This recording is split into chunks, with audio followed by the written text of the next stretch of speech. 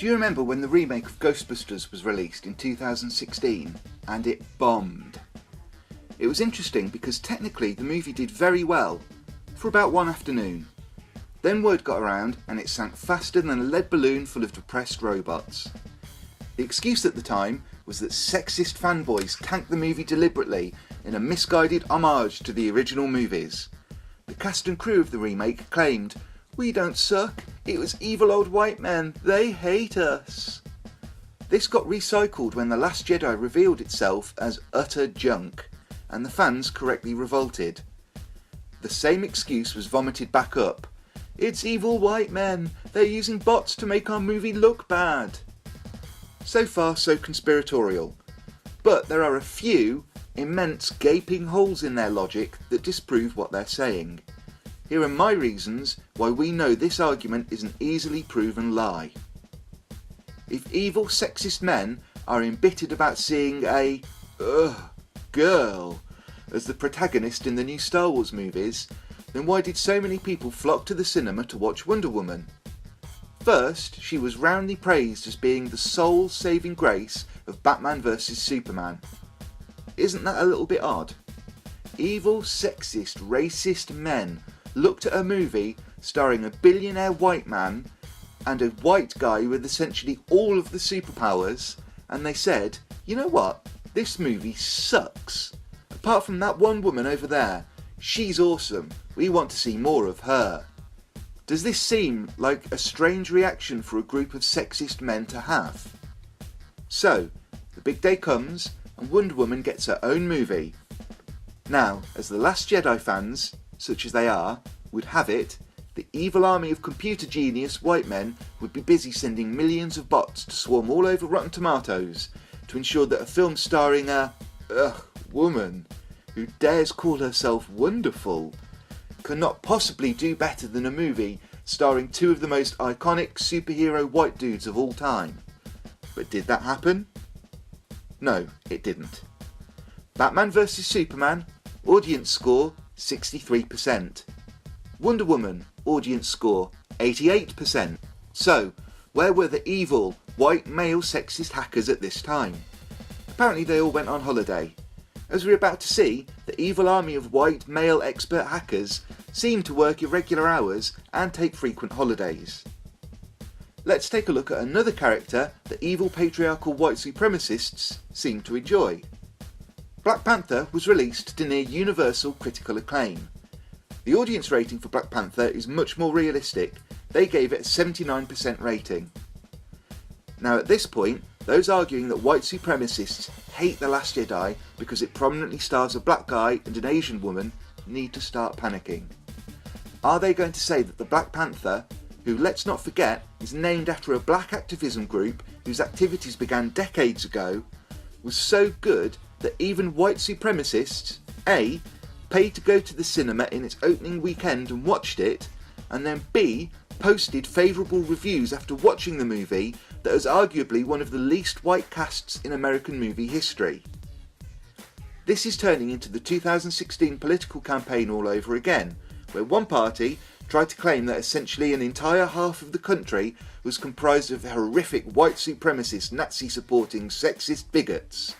At which point, someone asked how was it that a black guy had previously been elected to the highest position in the world, not once but twice, and the only answer was to intensify the screams of bigotry. If the movie-going audience are such evil white supremacists that they tanked a franchise they previously adored, specifically because of the skin colour of two of the more prominent members of the cast, then how did Black Panther do so well? Either every black person in America went to see that movie 87 times, and then each of them created a couple of dozen fake accounts to post reviews, or maybe some white people went to see it, and maybe they enjoyed it. Is it possible that people don't actually care all that much if a hero is black, white, green, purple or any other colour? Black Panther is essentially one of the most highly regarded superhero movies that has been released in the past few years. This flies in the face of any claims of racism that can be made about the movie-going public. So where are we now?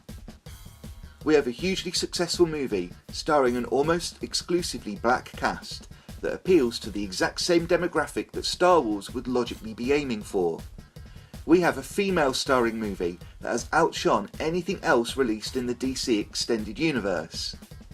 We have two huge movies that prove that the movie-going audience is very receptive to movies starring and even almost exclusively featuring either black or female characters. Let's add to this something I've mentioned before, the previous Star Wars movie. If the movie-going audience were such bigoted scumbags that they tanked The Last Jedi solely because of its progressive casting choices, then why were the exact same cast given such a high rating by the exact same movie-going audience only 2 years earlier? The Force Awakens was generally very well received. People have, rightfully in my opinion, pointed out that the movie is little more than a best-of montage of the original trilogy, and that was fine. To my mind, that was actually the perfect decision to make at the time. Our confidence had been damaged by the prequel trilogy, and we needed someone to come along and say, "Hey, don't worry guys, let us show you what we liked about the original trilogy."